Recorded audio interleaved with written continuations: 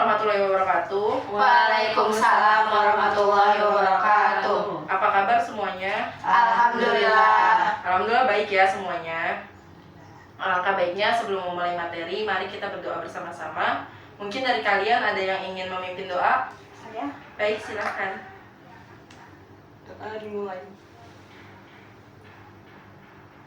Selesai. Sebelum memasuki materi, mari kita berdoa juga semoga bimbingan konseling kelompok pada hari ini dapat berjalan dengan lancar, kemudian semua dapat mengerti apa yang kakak sampaikan. Sebelumnya, perkenalkan nama kakak Nazal Febria atau bisa dipanggil dengan panggilan Kalala. Kita sudah mulai masuk ke materi aja ya langsung ya. Sebelumnya mungkin ada yang tahu belum apa yang kita akan lakukan sekarang? Belum. Di sini kita akan melakukan bimbingan konseling kelompok. Bimbingan konseling ini biasanya dilakukan di sekolah-sekolah yang dilakukan secara berkelompok untuk membantu pengembangan kemampuan pribadi, pencegahan dan menangani konflik-konflik antar pribadi atau pemecahan masalah. Jadi bimbingan kelompok ini sangat bermanfaat untuk saat ini maupun di masa mendatang ya. Jadi di sini kakak sebelumnya ada peraturan yang harus kita taatin bersama. Sebelum kita mulai, mari kita tetapkan beberapa peraturan dasar untuk menjaga suasana yang aman dan mendukung di dalam kelompok ini. Pertama, mari kita dengarkan dengan penuh perhatian ketika anggota kelompok berbicara. Kedua, mari kita menghormati pandangan dan pendapat setiap anggota kelompok. Ketiga, mari kita menjaga kerahasiaan informasi pribadi yang dibagikan di dalam kelompok ini. Apakah kalian setuju dengan peraturan-peraturan ini? Setuju. Oke, kita langsung masuk ke tahap materi saja ya. Sebelumnya kakak akan mengasih tahu topik apa yang akan kita bahas pada hari ini, yaitu tentang pergaulan bebas. Dari kalian tahu nggak sih apa itu pergaulan bebas? Ada yang tahu? Pergaulan yang tidak ada batasnya. Ya. Ada yang lain mau bisa menjawab? Oke, baik. Pergaulan bebas adalah istilah yang digunakan untuk menggambarkan situasi di mana individu terlibat dalam interaksi sosial yang tidak terikat oleh norma-norma sosial yang umumnya diterima. Dalam konteks remaja, pergaulan bebas sering mengacu pada kegiatan atau perilaku yang melibatkan seks bebas, konsumsi alkohol dan narkoba, serta terlibat dalam aktivitas yang beresiko. Kira-kira contoh yang sering kita lihat itu seperti apa sih? Ada yang bisa kasih contoh? Iya. Narkoba. Terus ada lagi? Seks bebas. Oke. Ya betul, di sini kakak juga ingin memberi contoh yang lainnya ya. Itu bisa seperti melibatkan diri dalam hubungan seksual tanpa menggunakan perlindungan atau pertanggungjawaban. Yang kedua, mengkonsumsi alkohol atau narkoba secara berlebihan, terutama pada usia yang masih terlalu muda. Yang ketiga, terlibat dalam kegiatan kriminal seperti pencurian, kekerasan, atau tawuran.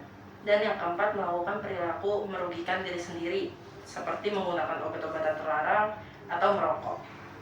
Setiap perilaku yang menyimpang pasti ada dampaknya. Di sini kakak juga akan menjelaskan apa saja dampak pergaulan bebas di kalangan remaja, yaitu 1. Resiko kesehatan fisik dan mental. Remaja yang terlibat dalam pergaulan bebas beresiko lebih tinggi mengalami kehamilan remaja, penyebaran penyakit menular seksual, kecanduan alkohol atau narkoba, dan masalah kesehatan mental seperti depresi dan kecemasan. Lalu yang kedua ada gangguan pendidikan. Keterlibatan dalam pergaulan bebas dapat mengganggu konsentrasi dan dedikasi remaja terhadap pendidikan. Hal ini dapat berdampak negatif pada kinerja akademik mereka dan masa depan pendidikannya. Lalu ada yang ketiga, konflik dengan keluarga. Remaja yang terlibat dalam pergaulan bebas sering menghadapi konflik dengan orang tua atau keluarga mereka karena perbedaan nilai-nilai dan perilaku. Contohnya mungkin suka ngebangkang sama orang tua gitu.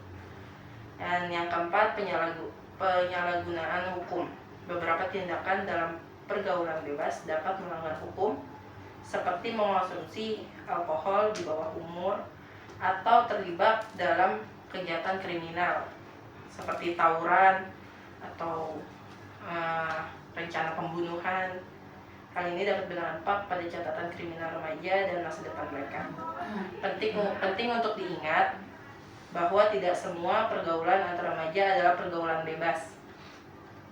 Dan banyak remaja yang dapat menjaga perilaku yang sehat dan positif. Namun kesadaran akan dampak yang mungkin terjadi akibat pergaulan bebas dan mendapatkan dukungan dan pendidikan yang tepat sangat penting bagi remaja dalam keputusan yang bijaksana dan menghindari resiko yang tidak diinginkan.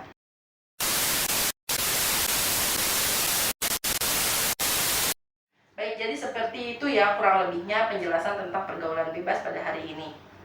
Yang baik kita ambil manfaatnya dan yang buruk jangan kita ikutin.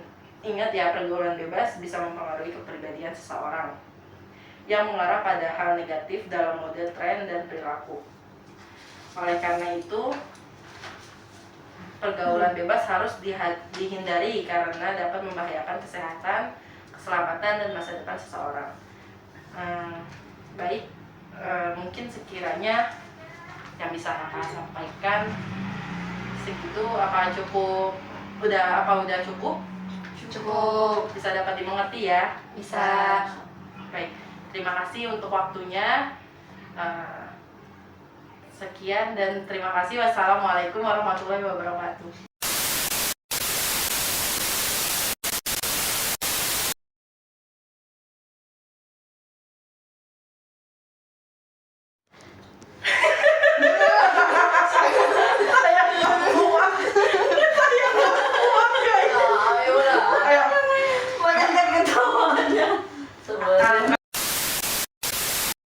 Gak mau sih kebayang muka Mary. Udah, ayo. Nanti kami mati nanti dia potong-potong. Ya Allah, gue susah ngeditnya. Berdoa, ya berdoa. Gue mulai dari alangkah ya. Alangkah baiknya sebelum memulai materi kita berdoa bersama-sama. Mungkin dari kalian semua ada yang mau? Aduh.